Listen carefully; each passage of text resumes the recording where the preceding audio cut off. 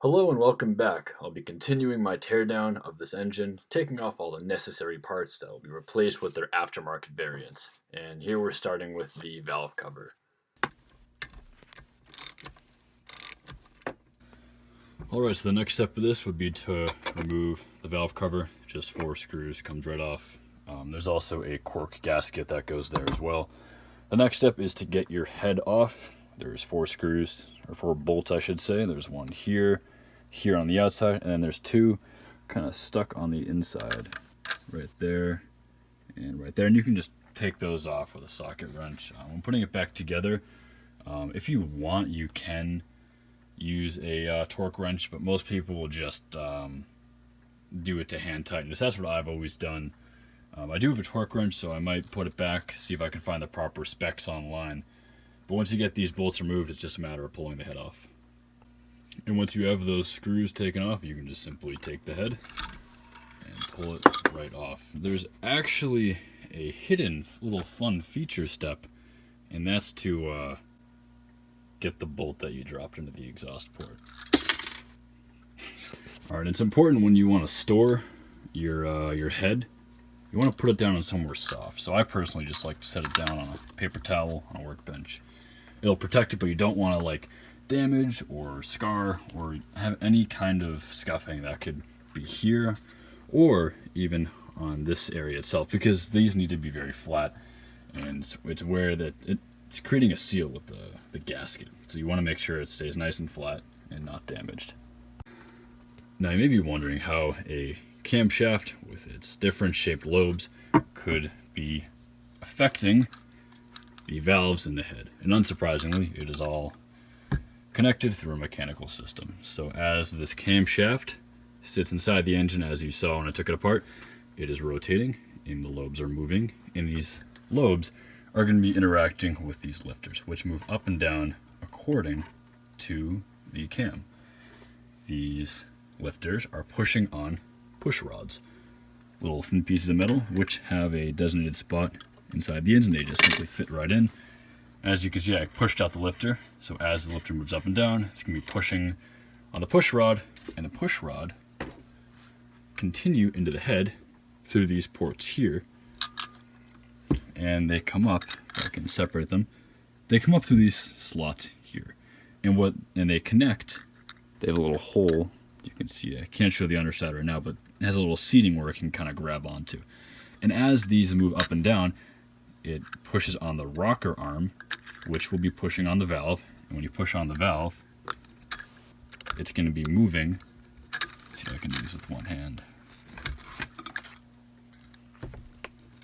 It's going to be moving the valves. And the rocker arms also play a pretty crucial role in what's called a gross lift. So you have your lift from the cam, but your rocker arms can affect how much of that lift is going to be transferred to the valves. So for instance, you can have a 1 to 1.3 ratio rocker arm. What that means, for every inch that you input from the cam, it's going to be 1.3 inches to the valve. So with these rocker arms, you could have, I'm not sure what the specs on these ones, the ones I'm going to be putting in I believe are 1.3, but you could essentially take a cam that doesn't have a lot of lift, and if you replace the rocker arms with that have a higher ratio, you can actually create more lift. Or for my instance, I have a cam that has a lot of lift, so I don't want to go out and buy a very aggressive rocker arm, because I would be overlifting these valves past a point where I'd be comfortable and where the engine could start to run into some trouble. Alright, so now we got the engine open and the head off. Now I gotta take the rockers off, because I've got new rockers, I've got new valve springs, and I've got new retainers, which is these little end pieces up there. So to take these off, it's pretty easy. You just gotta unscrew the 2 bolts up here. So holding these rockers in place is a little nut on top, and that is followed by this spacer right here, which also unscrews. You want to make sure, again, you don't want to lose these parts, and you want to keep these relatively clean. Maybe use some assembly lube to put them back. I'll have to look around and see if that's something that's recommended. But you definitely want to keep these clean because this is a kind of a piece of the engine that runs at very high speeds, and you don't want pieces of dirt or grime getting stuck in there. So you want to keep all these components relatively clean. Pull these right off.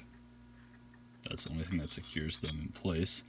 So I won't be needing those anymore. I've got new rockers. And then the next step here is going to be taking out the valve springs. I believe the stock ones are like 10 pounds. The ones I have are 60 pounds. They're dual valve springs, so it's two 30-pound springs intertwined together to make 60 pounds. And when you run an aggressive cam like I'll be running, the stock cam doesn't have a ton of lift, so it's not requiring a lot of power. When you do run a high lift cam like I will be doing, you can run into something called valve float, and that's when the string isn't strong enough and the valve actually doesn't end up closing. It'll remain open.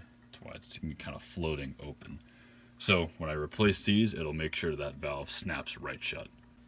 Alright, I took one of the valve springs off so I can show you exactly what it is inside. So we have the valve spring, and then you have the cap on top, and then on top of that, kind of seated inside are these two little pieces, and these join together and they sit right around here, so you can see them right here. And how you get the valve spring off is, I don't know if I can do it with my fingers. I also bought a little valve spring removing tool. It just makes it easier to push down on these, but you want to push this down, and if you wiggle them you can get at least one of them to pop up.